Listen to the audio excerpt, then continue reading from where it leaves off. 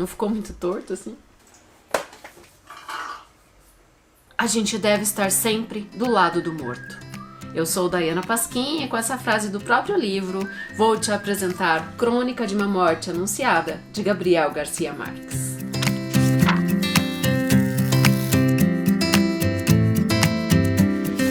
Este é um dos livros que personifica aquela máxima, aquela tese literária de que em literatura não existe spoiler. Mas é que a questão é que não importa o que aconteceu, mas como aconteceu.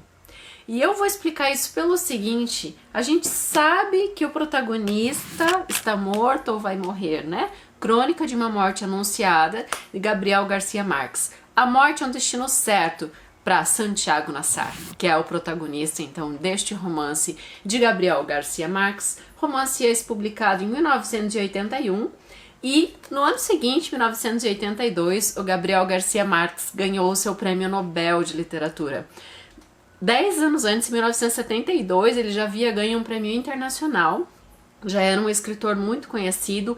Bom dizer que ele já era um escritor bem experiente neste momento aqui, já que ele nasceu em 1927, né, e morreu em 2014. Teve uma vida muito longa, 87 anos, uma obra vasta. Ele é um dos principais difusores do realismo mágico latino-americano. Tem esses textos assim que faz a gente perceber que nem tudo que está ali pode ser explicado pela razão, mas você tem que crer naquilo, você tem que viver aquilo. Uma das personagens que Gabriel Garcia Marques criou que mais me marcou foi a Remédios, né? E isso está em 100 Anos de Solidão, livro publicado em 1967, que será motivo de outro open book logo mais aqui no canal. Já que eu estou falando isso, quero te convidar para se inscrever no canal. Se você ainda não se inscreveu, dá o like nesse vídeo, compartilha, deixa o seu comentário comigo, porque todo esse conteúdo que eu trago aqui é gratuito e é baseado em muito estudo. Portanto, eu preciso que você me ajude para que esse canal cresça cada vez mais e muito mais pessoas possam conhecer literatura. Dito isso, sobre a tese do spoiler, o importante não é o que aconteceu, mas como aconteceu. E aí que vem toda aquela emoção de você ler o livro, né, e descobrir cada detalhe, né, que o autor criou para fazer com que aquela trama te cause emoção, te cause catarse, aquela comoção. E é interessante porque a gente tem em Crônica de uma Morte Anunciada um ciclo de nascer, existir e morrer. E vou começar abordando o nome desse personagem, né? Santiago Nassar. Santiago tem neste nome tanto santo quanto Iago.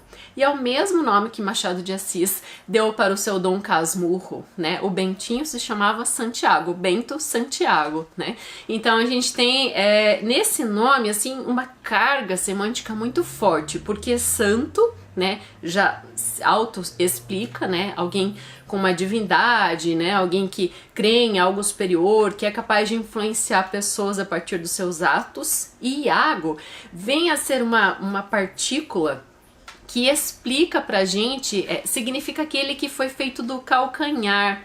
E aí vem também uma questão que tem a ver com de fragilidade, com um pouco de fragilidade. E o nome Tiago, né, já para terminar de explicar essa etimologia, ele vem dessa junção do T, do santo, com o Iago, daí tem Tiago, né, então, portanto, se você se chama Tiago, Iago ou Santiago, tome cuidado. Brincadeira. Brincadeiras à parte, né, a gente tem o Santiago Nassar, que é um cara que tá destinado desde o começo, desde as primeiras páginas do livro, a morrer. E a gente vai entender como que acontece essa morte de uma forma assim que está atravancada culturalmente, totalmente na questão da honra do sangue do lençol exposto com a virgindade da mulher que se casa, né? Então no dia seguinte ao casamento, o sangue da virgindade tem que ser exposto, né? Aquele lençol vira um ente comunitário daquela comunidade. E eis que a gente tem a situação do casamento. O casamento do Santiago Nassar com a Flora Miguel é algo prometido, mas o casamento que se efetiva, que esse lençol para mim como leitora, ou a ausência dele, é o fato que desencadeia o conflito de toda a obra, que é o casamento do Bayard do Saint-Romain com a Ângela Vicário. E a Ângela Vicário tem 2 irmãos, o Pedro e o Pablo, irmãos gêmeos. E aí a gente tem uma... Na presença desses gêmeos, se a gente for puxar o conceito de duplo na literatura, e o Gabriel Garcia Marques, por trabalhar o realismo mágico, a gente sabe que ele trabalha uma questão assim muito mais profunda, né? Muitas vezes a gente tem a ausência até do sentido lógico e racional nas frases que ele compõe, mas os gêmeos como um duplo na literatura, podemos imaginar que dentro deles a gente tenha os polos, o bem e o mal. E o que eles são levados a fazer e como se conduz toda essa trama.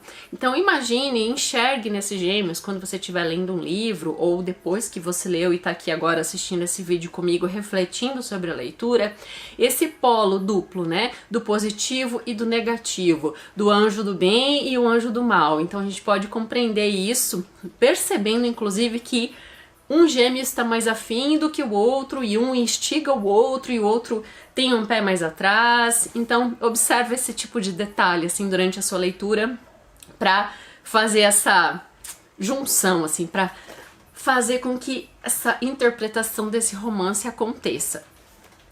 É muito legal porque 100 Anos de Solidão, que veio muito antes, né, veio em 1967, esse livro, como eu falei, é de 81, na página 45 dele, a gente tem o personagem, o coronel, a fuga, propriamente dita, do Aureliano Buendia no Desastre do Tucurinca, citado, né? Então a gente tem essa retomada de um personagem tão importante, né? Os Buendia são quem fazem todos os 100 Anos de Solidão, cenas dos próximos capítulos aqui do canal, e a gente tem a citação desse personagem dentro de Crônica de uma Morte Anunciada.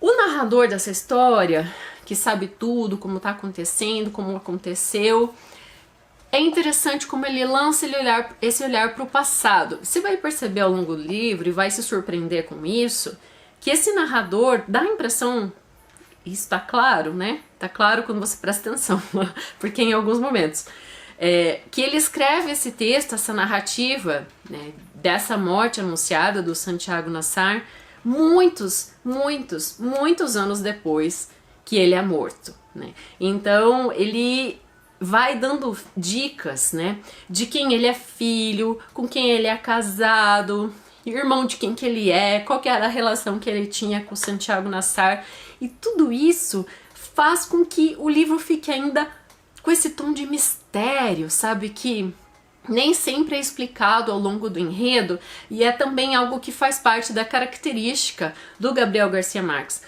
Por isso que ler um livro dele é tão arrebatador, porque ele põe tanto mistério, a forma como ele vai revelando, né, o personagem, mesmo o narrador, você vai percebendo ao longo do livro que o dito protagonista, né, o que vai morrer, que é o Santiago Nassar, é uma das pessoas menos importantes do romance, porque o que me tocou demais, assim, foi o fato de que ele é quase tratado assim como um ente, um objeto, sabe? E não é tão importante ele em si.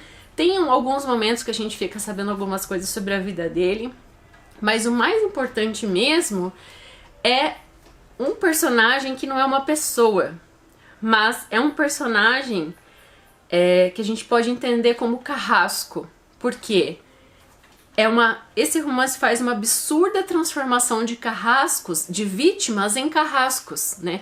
E a gente vai perceber esse movimento de um crime premeditado, contado aos 4 ventos, todos sabem do que vai acontecer, menos o personagem principal, né? Igual a história, assim, que falam aí a boca pequena de marido traído, né? Mas o crime era algo de domínio público, todo mundo da cidade sabia, menos a própria vítima. Por isso que ela também se torna um carrasco, e aí você pode tentar entender nessa transformação da vítima em carrasco Aí sim a ideia de personagem, não propriamente dito o Santiago Nassar, que é quem personifica, né, essa circunstância da morte anunciada. E é claro, nesse livro, ao longo da leitura, você vai perceber algumas ações que causam esse estranhamento para o leitor, né? É um estranhamento porque elas fogem do lógico e do racional. Não tanto como em 100 Anos de Solidão, onde realmente você não tem como questionar, você só vive aquilo, aceita, né? Que é uma das características do realismo mágico. Você aceita, vai adiante e mergulha na trama. Mas o estranhamento, ele acontece especialmente na forma como ele constrói os capítulos, né, desse romance, que é todo misturado. A questão do acontecimento é uma narrativa colhida muitos anos depois, ouvindo pessoas, e esse narrador, ele dá riqueza de detalhes que chegam assim, ó, a impregnar nos seus 5 sentidos. Você vai em algumas páginas não só sentir o tato do que você tá lendo, como você vai sentir o seu olfato, ele vai ser comovido, assim, pelas palavras que você estará lendo. Gabriel Garcia Marques é um dos escritores mais traduzidos e mais admirados no mundo todo. É um dos mais conhecidos da América Latina e eu recomendo muito que você leia Crônica de uma Morte Anunciada. Eu gostaria que você comentasse aqui se você já leu, o que você achou desse livro, e também colocasse suas observações, né? Para além dessa análise do que eu trouxe das minhas observações como leitora para você. Não se esqueça, se inscreva no canal que tem muito conteúdo de literatura para você.